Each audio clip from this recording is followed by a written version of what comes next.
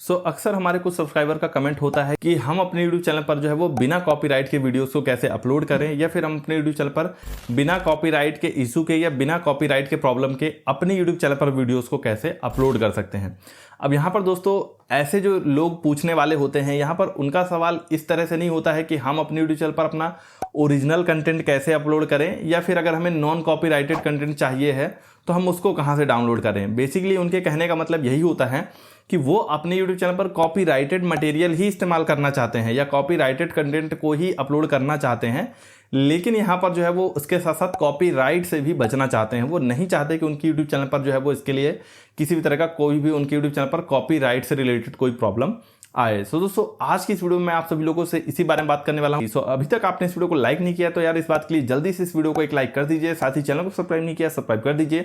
चलिए दोस्तों वीडियो को स्टार्ट करते हैं। यहाँ पर देखिए दोस्तों, सबसे पहले तो हम एक बहुत ही आसान भाषा में समझ लेते हैं कि आखिर यहाँ पर ये जो कॉपीराइट है, पहली बात तो कॉपीराइट होता क्या है कि किसी दूसरे व्यक्ति का जो कंटेंट है बिना उसकी अनुमति के उसके कंटेंट को इस्तेमाल करना बेसिकली कॉपीराइट का उल्लंघन माना जाता है। उदाहरण के लिए जिस तरह से मैं अपनी ये यूट्यूब वीडियो अब यहाँ पर जो है वो यूट्यूब के प्लेटफॉर्म पर अपलोड करता हूँ। अब ये अलग बात है कि मैं उस पर जो है वो कोई भी एक्शन ना लूँ, मैं जो है वो उस चीज़ को जाने दूँ या छोड़ दूँ। तो अब ऐसे में आप लोग कहेंगे कि इसका क्या मतलब है, मतलब हम लोग किसी का कॉपीराइटेड कंटेंट इस्तेमाल ही नहीं कर सकते। ऐसे में हम वीडियो कैसे बनाएं, क्योंकि कई बार हो सकता है कि हम भले अपने YouTube चैनल पर कॉपीराइटेड मटेरियल का इस्तेमाल कर रहे हैं या कॉपीराइटेड कंटेंट का इस्तेमाल कर रहे हैं, लेकिन यहाँ पर जो हमारा पॉइंट ऑफ व्यू है वो ये नहीं है कि हम उस सामने वाले व्यक्ति का सिर्फ कंटेंट यूज कर रहे हैं। तो ऐसे में हमारे पास क्या क्या रास्ते हैं या क्या क्या ऑप्शन अवेलेबल हैं। तो देखिए, सबसे पहला ऑप्शन तो यही है कि यदि आप किसी भी टॉपिक के बारे में, किसी भी चीज़ के बारे में या कोई भी जानकारी अगर आप अपनी ऑडियंस को देना चाहते हैं तो उससे रिलेटेड पहला तरीका तो यही है कि आप अपना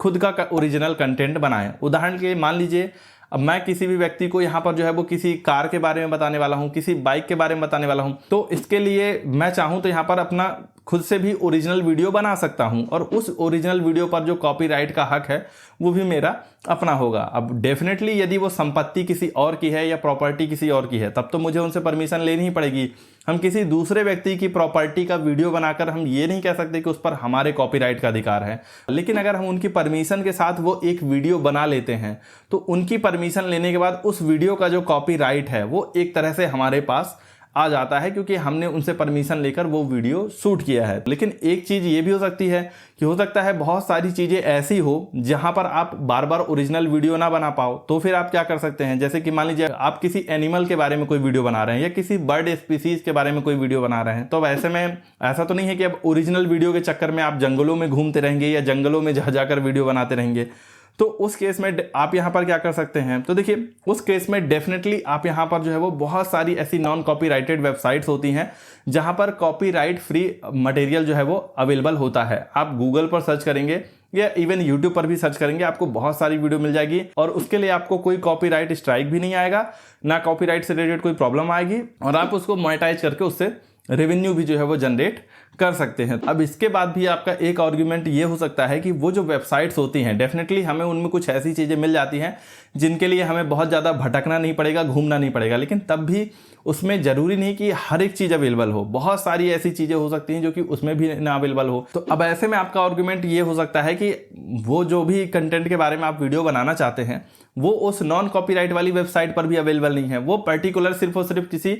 2-4 व्यक्तियों के पास ही है या YouTube पर किसी 2-4 YouTube चैनल पर ही अवेलेबल है। अब ऐसे में आपको उस टॉपिक पर वीडियो बनाना है या उस कंटेंट पर वीडियो बनाना है, तो अब आप ऐसे में क्या कर सकते हैं। तो देखिए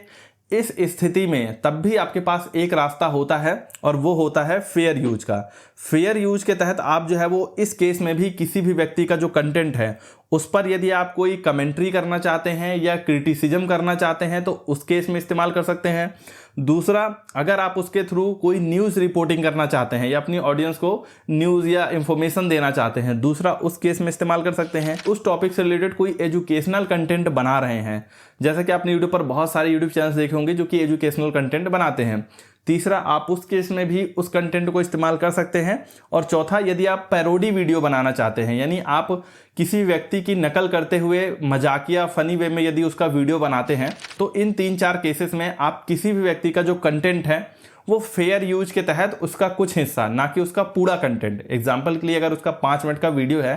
तो आप उसका जो है वो 30-40 सेकंड के कुछ कुछ क्लिप जो है वो छोटे छोटे अलग अलग क्लिप्स को कट करके आप यहाँ पर जो है वो इन सभी तरह के कंटेंट में से किसी एक तरह का कंटेंट जो है वो फेयर यूज के तहत अपने यूट्यूब चैनल पर अपलोड कर सकते हैं, जहां पर यूट्यूब यहाँ पर आपको ये अश्योरिटी देता है कि इस तरह का कंटेंट यूट्यूब आपको मोनेटाइज कर देगा। यूट्यूब की तरफ से आपको इस तरह के कंटेंट पर कोई भी प्रॉब्लम नहीं होगी। लेकिन दोस्तों इस बात की 100% श्योरिटी नहीं होती है कि आप इस तरह का कंटेंट इस्तेमाल करेंगे तो आपको कॉपीराइट नहीं आएगा। उदाहरण के लिए यदि आप अपने 1-2 घंटे के वीडियो में कोई एक छोटा सा